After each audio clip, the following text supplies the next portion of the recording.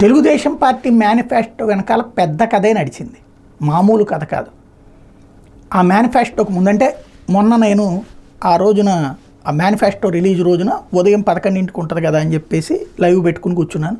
తెర చూస్తే అది లేట్ అవుతూ వచ్చింది. 12 తర్వాత నేను విజయవాడ వెళ్ళాల్సి వచ్చింది. సుజనా చౌదరి గారి ఇంటర్వ్యూ ఒకటి రేపు వేయబోతున్నాం, రేపు శనివారం నాడు పబ్లిక్ చేస్తాం.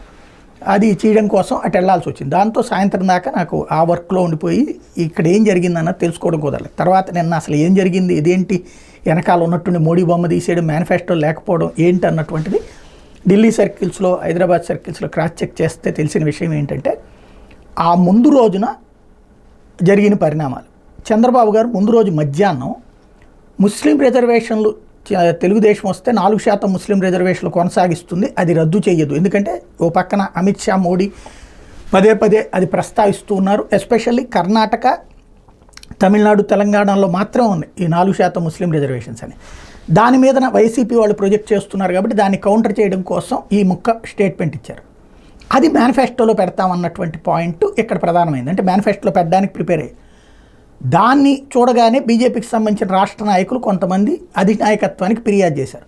అంటే పురంధేశ్వరి గారు కానీ వీళ్ళెవరు ఫిర్యాదు చేయరు, ఎందుకంటే వీళ్ళు ఇటుకే ఉంటారు కాబట్టి. మిగతా వాళ్ళు ఉంటారు కదా, వాళ్ళు అధినాయకత్వానికి ఫిర్యాదు చేశారు. ఇప్పుడు మోడీ గారి బొమ్మ పెట్టి ఆ బొమ్మతో ఉన్నటువంటి మేనిఫెస్టోలో 4% మైనార్టీలకు రిజర్వేషన్ ఉంటుంది అంటే దేశవ్యాప్తంగా మీడియాలో రచ్చరచ్చ నడుస్తుంది, బీజేపీ పరువు పోతుందని. వెంటనే మేనిఫెస్టోకి సంబంధించి ఏం చేస్తున్నారో ఆ కాపీలను పంపించమని సిద్ధార్థనాథ్ సింగ్ ద్వారా, అట్లాగే ఇంకొక సింగ్ ఉన్నారు కదా ఇక్కడ, వాళ్ళిద్దరి ద్వారా ఎవరైతే భారతీయ జనతా పార్టీ జాతీయ పార్టీ తరఫున ఇక్కడికి ఇన్ఛార్జీలుగా వచ్చిన వాళ్ళని అరుణ్ సింగ్ ఇద్దరికి కూడా సూచించింది. వీళ్ళు ఇక్కడ చంద్రబాబుతో చెప్తే వీళ్ళు అవి పంపించారు పైకి.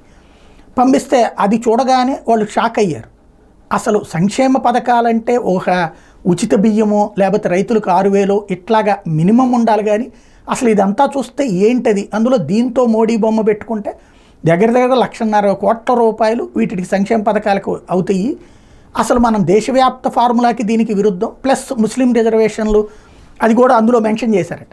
ఈ తీసేయమని చెప్తే మళ్ళీ వీళ్ళు ఆ మేనిఫెస్టోని రాత్రిపూట్ల సరిచేసి ముస్లిం రిజర్వేషన్లని అనే పాయింట్ ఎత్తేసి, మనం చూస్తే మేనిఫెస్టోలో ఆ పాయింట్ లేదనమాట, ముస్లిం రిజర్వేషన్ల పాయింట్ తీసేసి పంపించారు. అది మళ్ళీ అయితే దాన్ని మళ్ళీ టోటల్గా అసలు ఈ మేనిఫెస్టోలో ఈ సంక్షేమ పథకాల ఇష్యూ కూడా క్రాస్ చెక్ చేసుకోమంటే వీళ్ళు మాత్రం అది కొనసాగించాల్సిందే అని చెప్పారు. అట్లయితే ఆ మేనిఫెస్టో మీదన మోడీ బొమ్మ తీసేయండి, అట్లాగే బ్యాక్గ్రౌండ్లో కూడా మోడీ బొమ్మ ఉండటానికి వీళ్ళు అది కూడా స్టేజీ మీదన బ్యాక్గ్రౌండ్ ఏది పెడుతున్నారో మోడీ బొమ్మ పెద్దదిన్ను, ఇంకో పక్కన చంద్రబాబును పవన్ కళ్యాణ్ బొమ్మ చిన్నది పెడితే అది కూడా తీసేసేయమని చెప్పారు. దాంతో మళ్ళీ మార్చి పంపిస్తే అక్కడ లోగోలకు సంబంధించి కూడా వచ్చింది. చివరికి బీజేపీ లోగో మాత్రం ఉంచేందుకు అంగీకరించారు ఆ పొత్తు. కాబట్టి టోటల్గా అనుకున్నది ఒకటి, అయ్యింది ఒకటి.